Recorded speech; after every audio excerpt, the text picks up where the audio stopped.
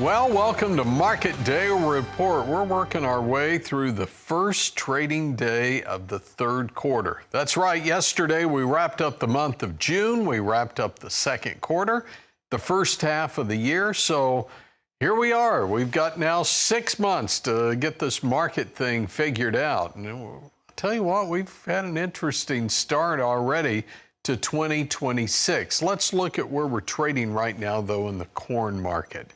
And again, corn, the old crop is up 7 at 419 3/4, and the D's up 5 3/4, 441 3/4. And again, let's put this into perspective. This is what's happened over the past 6 months, and we're down 3.5%, 3.6% lower, down 16 3/4 cents on that December contract. So we started around that 465 level, and now we trade at the 441 level. And what about soybeans? Here's new crop beans. And again, this gives us an idea of where we've been the last 6 months. And where we go the next 6 months, that's up to our next guest. But beans right now, for the first 6 months, up 86 cents. We trade 11.48 3/4, up a nickel. Let's look at the wheat market quickly. Here's soft red, up 61 cents in the first half of the year. That's 11.5% higher. Hard red, this is the July contract, up 77 cents. We've gained 8 3/4 today. Trade at 6.19 3/4. The spring wheat contract, that September is actually slightly in the red. And then the cotton market since the first of the year, up 9.5 cents or 14%. Chris Robinson's with Robinson Ag Marketing. All right, Chris, that's kind of an interesting way to look. This is the first half. I mean, we've got World Cup going on, right? So here's the first half. We know how much time's left in the second half. Where are we going? Yeah, hopefully higher. We did dodge a bullet, I think, yesterday with the acres report. They really didn't change anything. They did tell us that it's the smallest amount of wheat acres that we're going to harvest, I think, in 150 years. And so that was probably the big surprise. I think the good thing is, from a farmer perspective, is we did not make new lows. You know, these corn had gotten really banged up. So we're in the middle of the year, Tony. So where does that make us? What's possible? We get more of a recovery.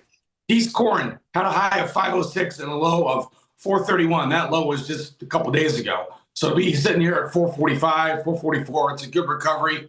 Halfway back would be 465, 467. That's going to be a big area because at least halfway back, you're not selling stuff, in a relatively bad place.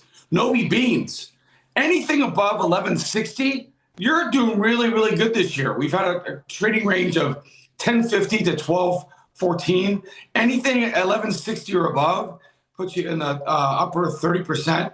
For D's corn, anything above 488, anything above 481 puts you in the upper 30%. So most farmers out there, if you can be in that part of the sales window, you're doing pretty good. We are going to have, I think, the next 2-3 weeks, it's going to be about two things: weather and money flow. If we get some heat and some damage to the yields, we'll continue to see higher prices. Though the last thing I like is the managed funds they're out of position now. They're short wheat, they're short corn, and they don't have enough long beans on. And if they get pressured at all, they can help give farmers higher prices if they buy all those shorts back.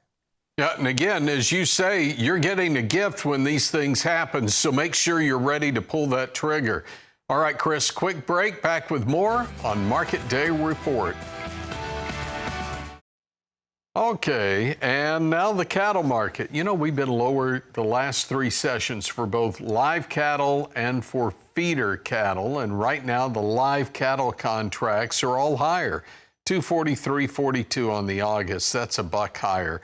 And maybe Chris can help me on this. So you got the 243 mark on the August, then you drop 238, then 237 in December, back to 238 in February. And then that April contract is trading at a premium to every other contract other than that front month. So April at 238.52, everything else is below that. We'll ask Chris about that in just a moment. We have feeder cattle here, and we're up to 367.20 on the August. By the way, that's not happening here in the feeder market.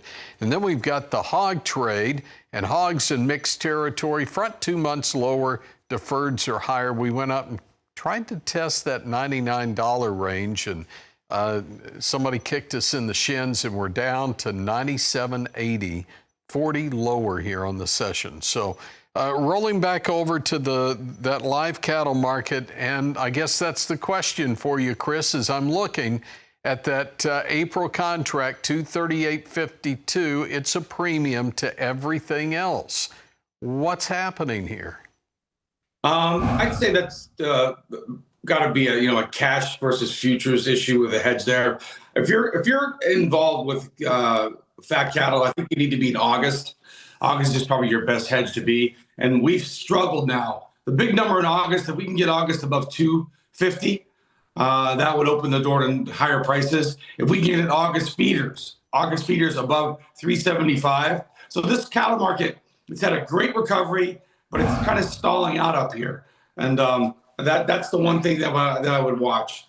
The danger is if something changes, the managed funds are long cattle. If they ever decided to get out, that would probably be the big correction. We have seen a tremendous bounce. Remember when the New World Schoolworm was announced? That was June 4th. That was our last big low. Since then, we had a good recovery. I think if I'm a farmer or producer, I want to make sure I protect against that low there on June 4th. But this market's way overdone. Packers continue to lose probably $3 or $4 a head. I don't know how much longer that's going to work. So we're heading into the risky time of the year.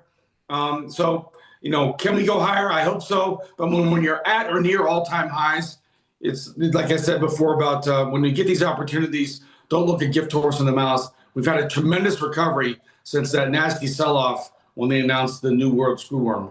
Yep, great points there, Chris. Thanks for popping in, and happy Independence Day. Chris Robinson, Robinson Ag Marketing. And